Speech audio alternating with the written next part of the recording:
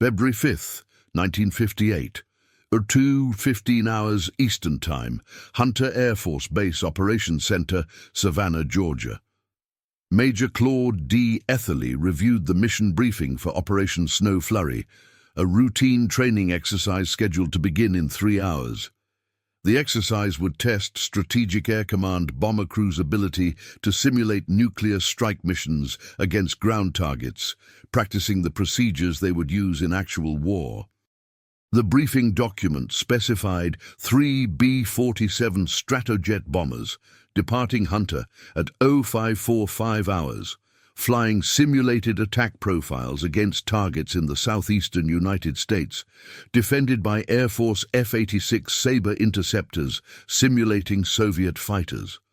The bombers would carry practice bombs, inert weapons matching the weight and aerodynamic characteristics of nuclear weapons, but containing no explosives or fissile material. Etherly initialed the briefing document and filed it.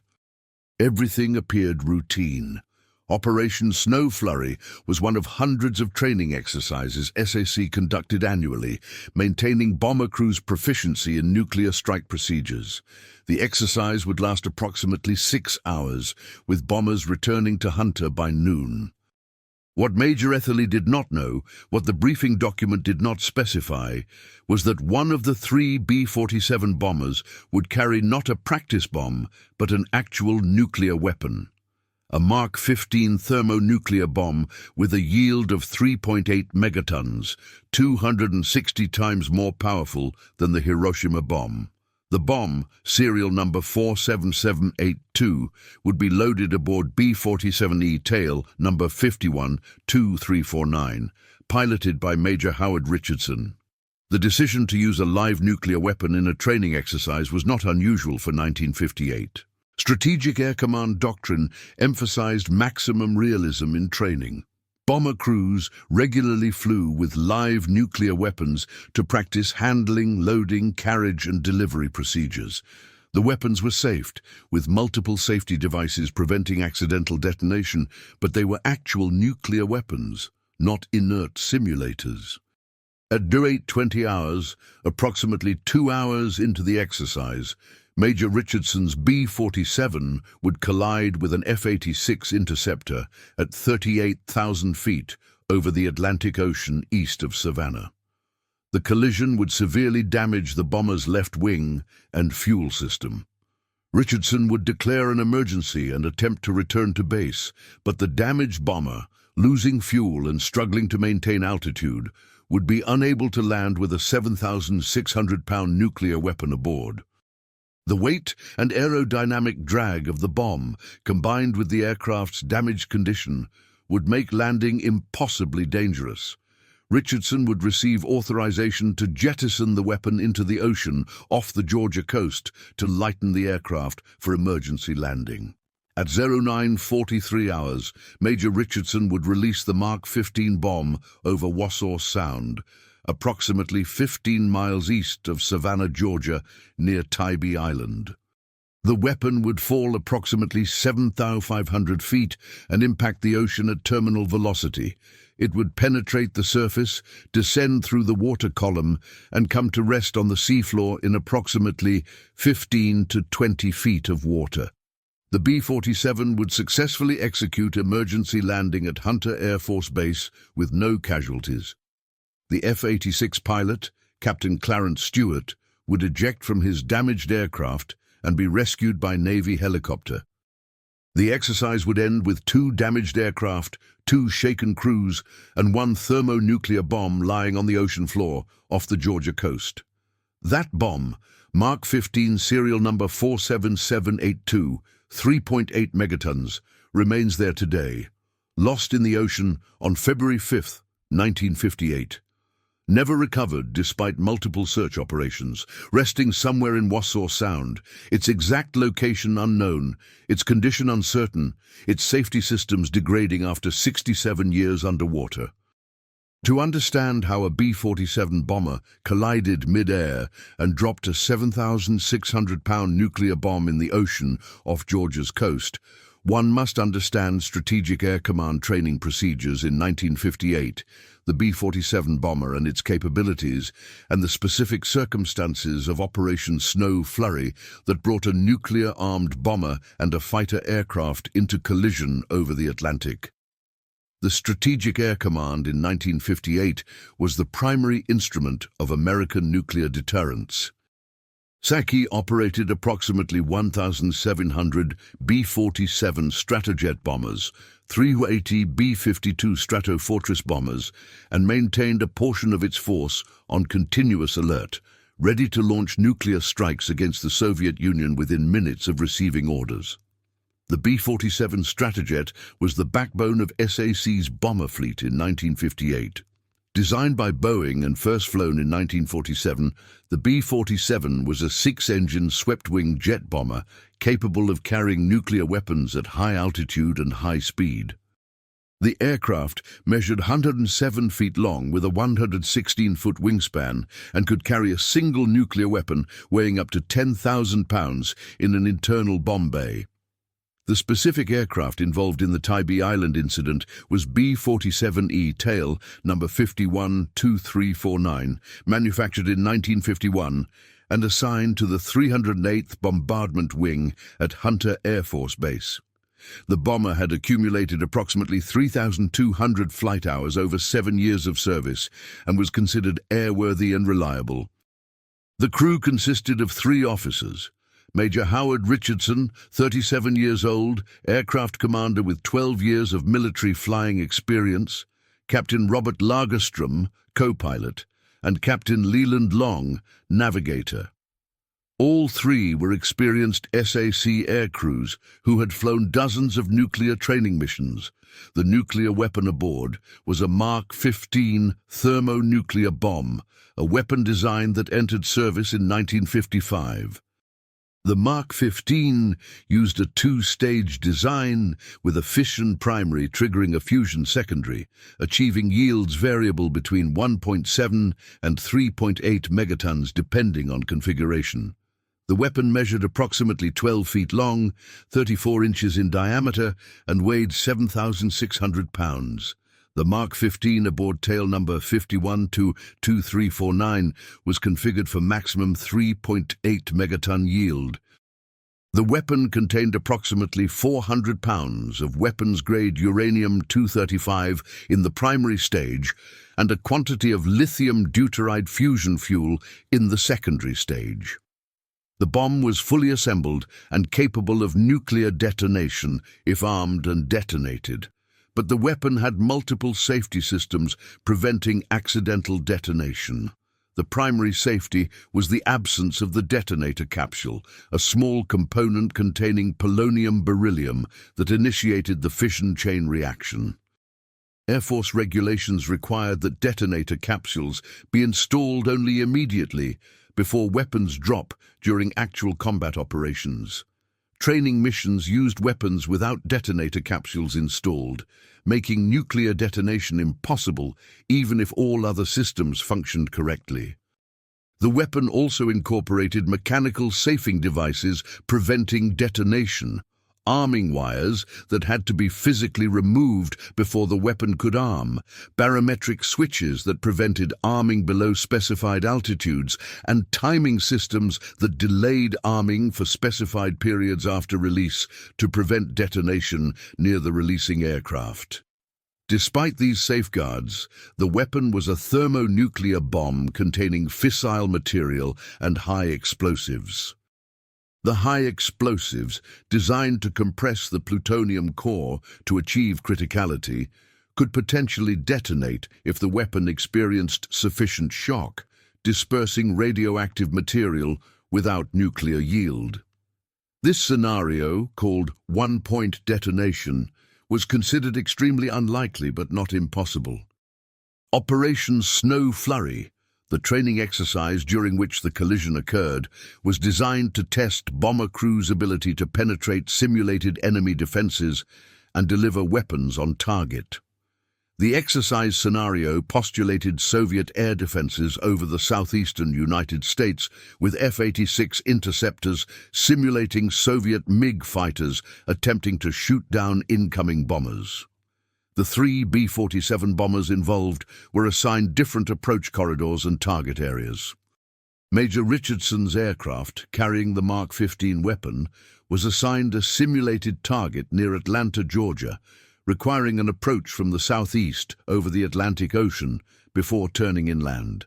The F-86 interceptors, 4 aircraft from the 308th Fighter Interceptor Squadron based at Hunter, were tasked with detecting and intercepting the bombers using ground-controlled intercept procedures. The interceptors would approach bombers from various angles, simulating gun or missile attacks, then breaking away before collision risk became significant. The procedures required maintaining safe separation distances.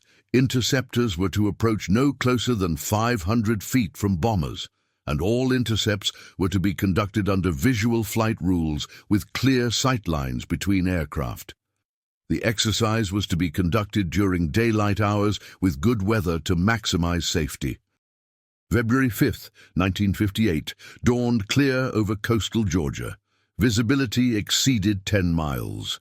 Weather conditions were ideal for the exercise. At 05:45 hours, the 3 B-47 bombers launched from Hunter Air Force Base and proceeded toward their assigned positions. At 06:30 hours, the bombers reached their initial approach points over the Atlantic Ocean, approximately 50 miles east of the Georgia coast.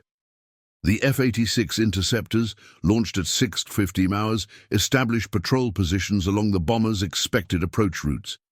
At 07:45 hours, Major Richardson's B-47, proceeding northwest at 38,000 feet altitude and 350 knots airspeed, was detected by ground-controlled intercept radar.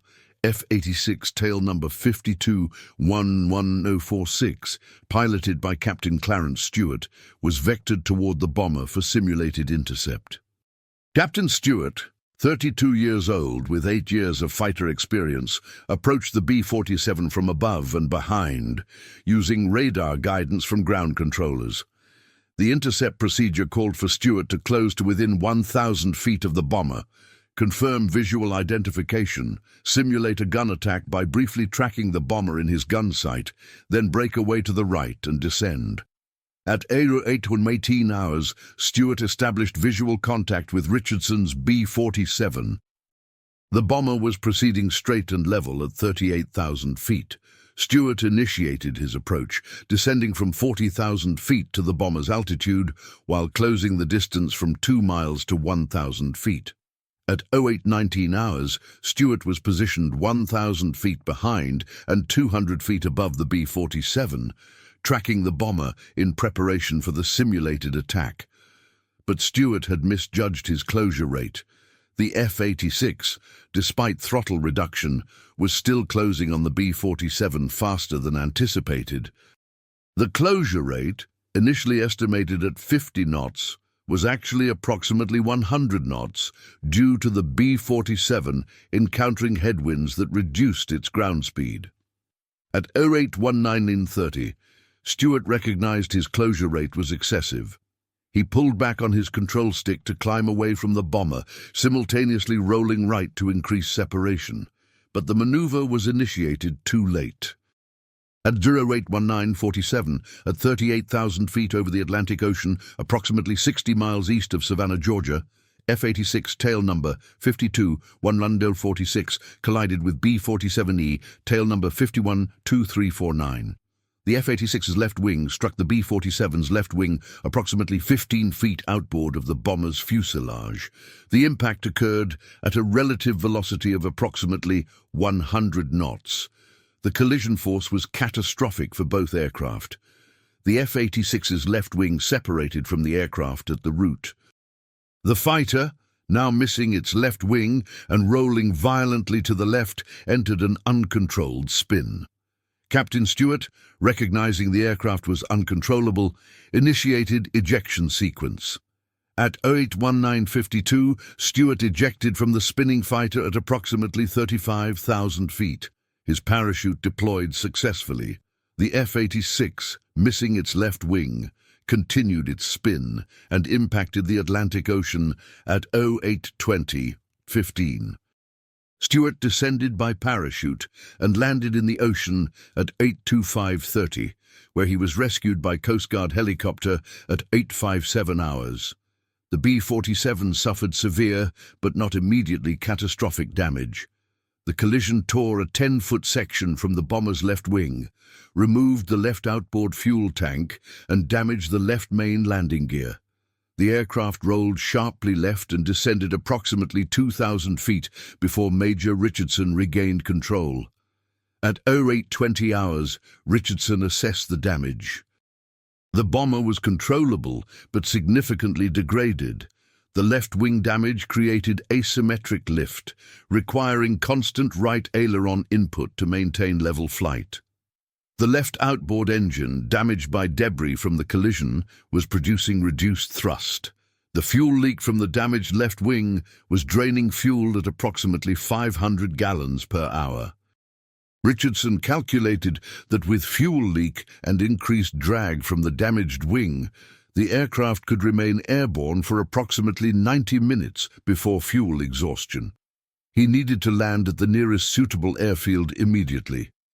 At 08:22 hours, Richardson declared emergency and requested vectors to Hunter Air Force Base. Air traffic control provided direct routing, approximately 60 miles west. With current fuel state and leak rate, Richardson had sufficient fuel to reach Hunter with approximately 20 minutes reserve.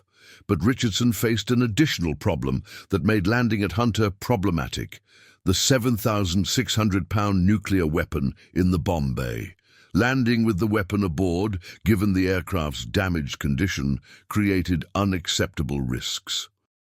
If the landing gear collapsed due to collision damage, or if the aircraft touched down hard due to asymmetric lift from the damaged wing, the weapon could be subjected to impact forces potentially sufficient to detonate the high explosives, dispersing radioactive material across Hunter Air Force Base. At 08:25 hours, Richardson contacted Hunter Tower. Hunter Tower, Hobo 28 declaring emergency. We've collided with interceptor, left wing damage, fuel leak, request emergency landing. Be advised we're carrying special weapon aboard. Request instructions for weapon jettison. The tower controller, recognizing special weapon as the code for nuclear weapon, immediately contacted the base commander, Colonel Howard P. Lane. At 8:28 hours, Colonel Lane authorized Richardson to jettison the weapon into the ocean if necessary to ensure safe landing. At 8:30 hours, Richardson made the decision to jettison the weapon. The bomber was still 40 miles east of the coast, over the Atlantic Ocean. Jettisoning the weapon over water would eliminate the risk of land impact and reduce aircraft weight by 7,600 pounds, significantly improving landing safety. Richardson descended to 7,500 feet altitude and reduced speed to 200 knots, the parameters specified for safe weapon jettison. At 8:33 hours, over the Atlantic Ocean approximately 15 miles east of Tybee Island, Georgia, Richardson activated the emergency jettison system. The bomb bay doors opened. The weapon release mechanism activated. At 08:33:14, Mark 15 thermonuclear bomb serial number 47782 separated from the B-47 and began falling toward the Atlantic Ocean. The weapon, weighing 7,600 pounds and with poor aerodynamic stability, fell in an uncontrolled tumbling descent. It achieved terminal velocity of approximately 600 feet per second. At 08:33:26, 12 seconds after release, the weapon impacted the Atlantic Ocean at approximately 28 miles per hour vertical velocity. The impact force was significant. The weapon's steel casing, designed to withstand forces during supersonic delivery from high altitude, was capable of surviving the water impact. But the internal components, particularly the high explosive lenses and electronics, were subjected to shock loads exceeding design specifications. The weapon penetrated the ocean surface and descended through the water column. The location was Wassaw Sound, a tidal estuary where the Wilmington River meets the Atlantic Ocean. Water depth at impact location was approximately 15 to 20 feet at low tide, increasing to 25 to 30 feet at high tide. The weapon descended approximately 20 feet and impacted the sea floor. The bottom composition at that location was soft mud and silt, accumulated sediment from the river outflow. The weapon, striking the bottom, partially embedded in the mud, coming to rest at an angle, with approximately 40% of its length buried. At 0943 hours, Major Richardson successfully landed B-47E tail number 512349 at Hunter Air Force Base. The landing was without further incident. The damaged bomber was repaired and returned to service, flying for another 5 years before retirement in 1963. The Mark 15 thermonuclear bomb, serial number 47782, remained on the seafloor in Wassaw Sound, where it remains today. The search for the lost nuclear weapon began on February 6, 1958, one day after the incident. The Air Force deployed search teams to locate and recover the weapon, expecting the operation would take days, possibly weeks. The search would eventually continue for months, involving Navy ships, Air Force personnel, and specialized equipment. The weapon would never be found. The search methodology was straightforward. Map the search area, deploy divers and sonar equipment to locate the weapon, attach recovery cables, and lift it to the surface. The search area was defined by Major Richardson's Jettison Location Report, approximately 15 miles east of Tybee Island, over Wassaw Sound, in water 15 to 25 feet deep. But multiple factors complicated the search. First, Richardson's position report was based on dead reckoning navigation, not GPS, which didn't exist in 1958. The Jettison location was estimated, not precisely known. The actual weapon impact point could be anywhere within several square miles of ocean. Second, Wassaw Sound is a tidal estuary with strong currents. Tidal flow in the area reaches 3 to 4 knots, moving massive volumes of water and sediment. The weapon, partially embedded in soft mud, could have been moved by tidal scour and currents after impact. Third, visibility in Wassaw Sound is essentially zero. The water contains high concentrations of suspended silt from river outflow. Divers operating in the area cannot see more than inches in any direction. All search must be conducted by feel or by instruments. Fourth, the seafloor is littered with debris. Wassaw Sound has been used for maritime commerce for centuries. The bottom contains shipwrecks, discarded equipment, jettisoned cargo, and natural features that create sonar returns similar to a 7,600-pound cylindrical object. The initial search, February 6 through March 1958, covered approximately 24 square miles of seafloor. Navy divers, working in near-zero visibility, felt along the bottom in grid patterns. Sonar systems scanned for metallic objects matching the weapon's size. Magnetometers detected ferrous metal concentrations that might indicate the bomb. The search identified 27 contacts, objects that sonar or magnetometers suggested might be the weapon. Divers investigated each contact. All were false: sunken boats, discarded machinery, natural seafloor features, or in one case a large concrete block of unknown origin. By April 1958, the search had covered the entire initially defined search area without finding the weapon. The Air Force expanded the search area to 48 square miles, assuming Richardson's position report could be off by several miles. The expanded search, April through September 1958, again found nothing. Hundreds of sonar contacts were investigated. Thousands of diver hours were expended feeling along the muddy bottom. Magnetometer surveys detected metallic objects throughout the search area, but none were the nuclear weapon. In October 1958, the Air Force concluded that continuing the search was not productive. The weapon was presumed to be buried under several feet of mud and silt, making detection effectively impossible with 1958 technology. the decision was made to terminate active search operations. The official assessment stated, "The weapon is in water of such depth that recovery is not feasible. The weapon is assumed to be intact and to constitute no immediate hazard. Continued search would require disproportionate expenditure of time and resources with low probability of success. Search operations are terminated." The weapon was classified as irretrievably lost. The Air Force filed reports documenting the incident, the search efforts, and the conclusion that recovery was not feasible. The reports were classified secret and filed in archives. Publicly, the Air Force acknowledged that an unarmed nuclear weapon had been jettisoned during an accident, but provided minimal details. The lost weapon at Tybee Island remained largely unknown to the public until the 1990s, when declassification of Cold War documents revealed the incident details.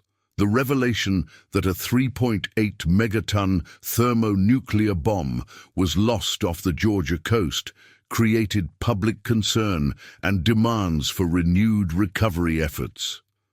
In 1998, the Air Force conducted a limited search using modern sonar and magnetometer systems. The search covered 12 square miles of Wassaw Sound over 2 weeks. Several contacts were identified and investigated. None were the weapon. The Air Force again concluded that locating the weapon would require extensive excavation of seafloor sediment over dozens of square miles, a task beyond practical capabilities. In 2004, a private search effort led by retired Air Force pilot Derek Duke claimed to have located the weapon using sophisticated magnetometer equipment. Duke's team identified a strong magnetic anomaly buried under 5 feet of mud at a location matching Richardson's reported jettison position.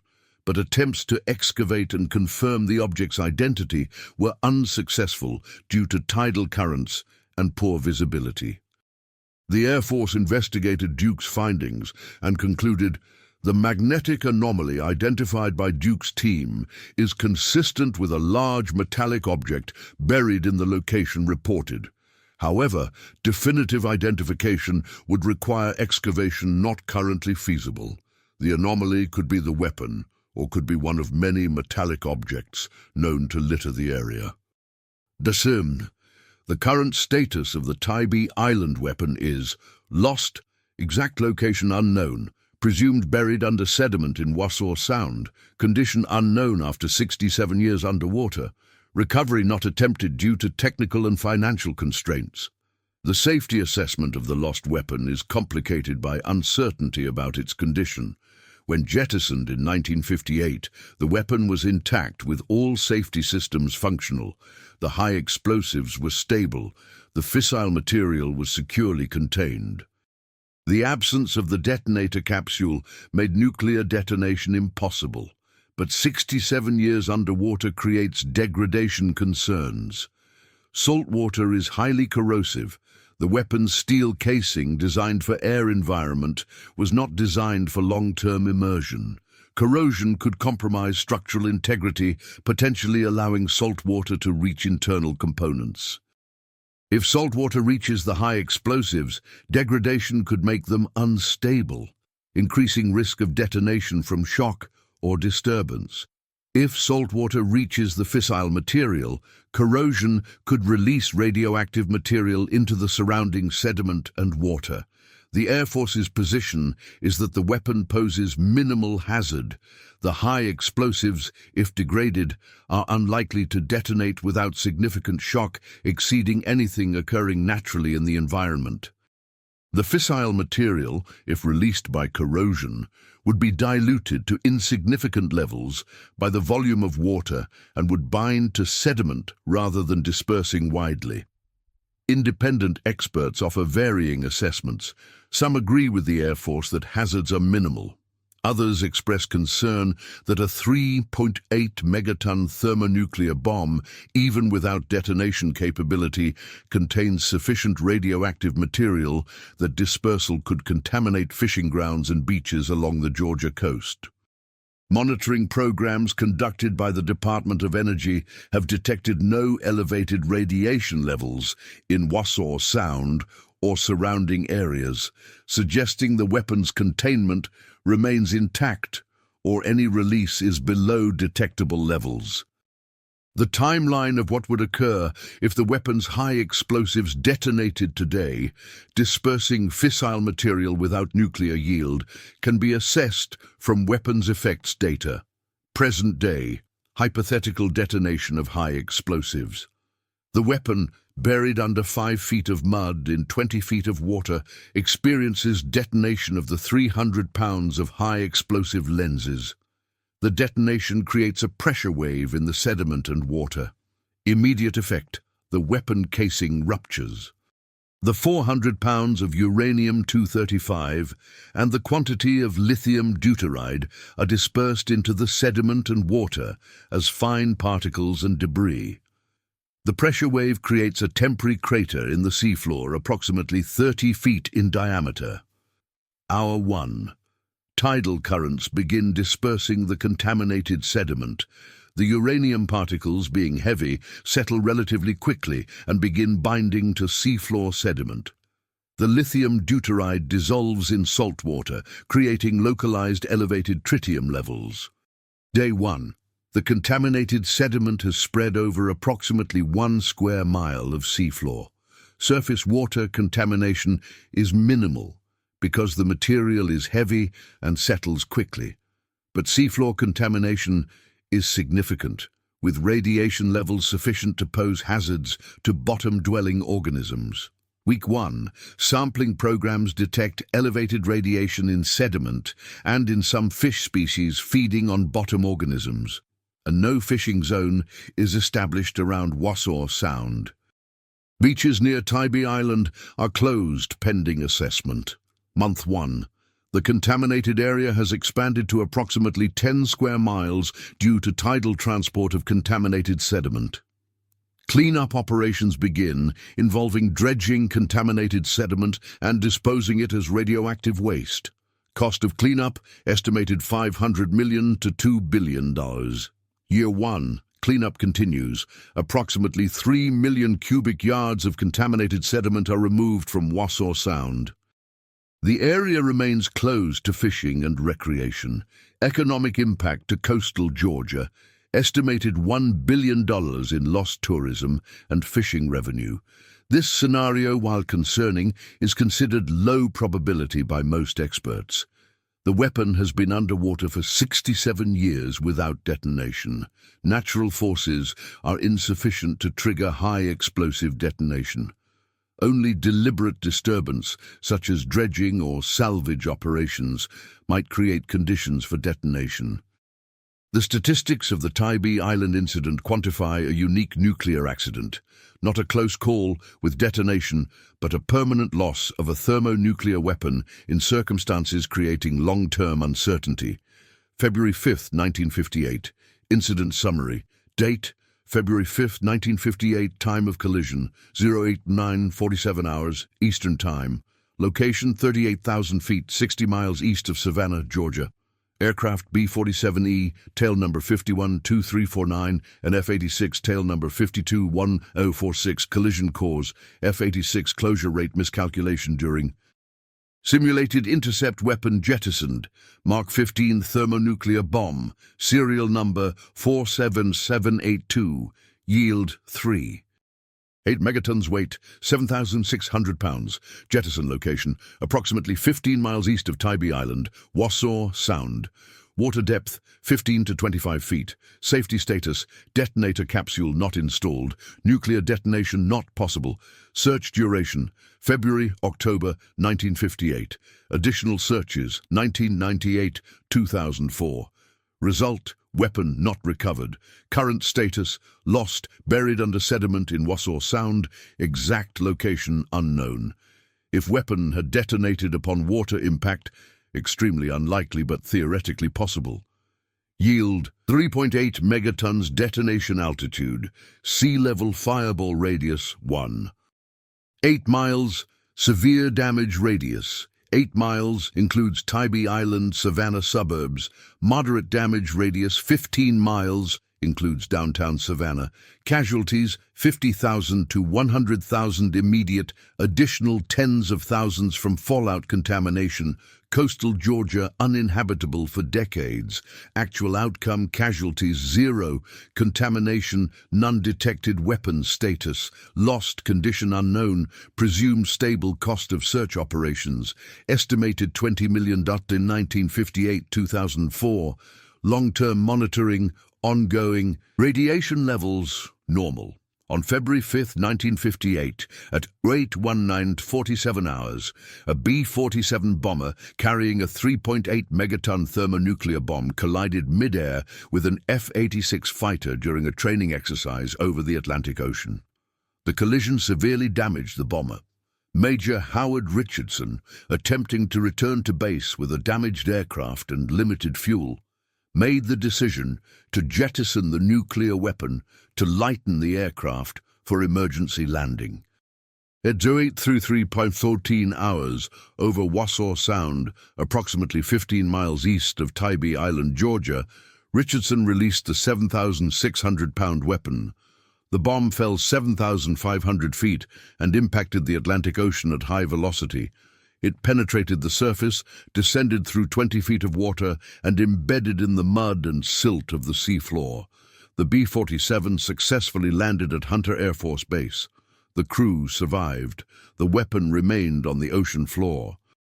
Search operations continued for months, covering dozens of square miles of seafloor. The weapon was never found. After expending thousands of man-hours and significant resources, the Air Force concluded that recovery was not feasible and classified the weapon as irretrievably lost. 67 years later, Mark 15 thermonuclear bomb, serial number 47782, remains somewhere in the mud and silt of Wassaw Sound off the Georgia coast. Its exact location is unknown. Its condition after decades underwater is uncertain. Its fissile material sits 15 miles from Savannah, buried under sediment, corroding slowly in salt water, monitored occasionally but never recovered. The B-47 bomber collided mid-air and dropped a 7,600-pound nuclear bomb in the ocean off Georgia coast. The bomb was lost. Searches failed to locate it. And today, somewhere near Tybee Island, a 3.8 megaton thermonuclear weapon rests on the Atlantic seafloor, a reminder that nuclear weapons can be lost not through dramatic near detonations, but through routine accidents followed by unsuccessful recovery. The Tybee Island weapon represents a category of nuclear accident rarely discussed, not the weapons that nearly detonated, but the weapons that were simply lost and never found. The permanent uncertainty about location and condition creates ongoing questions about safety and responsibility that will continue as long as the weapon remains underwater. A training exercise, a mid-air collision, a damaged bomber, a jettisoned weapon, and 67 years of searching, monitoring, and accepting that sometimes nuclear weapons disappear into the ocean and stay there.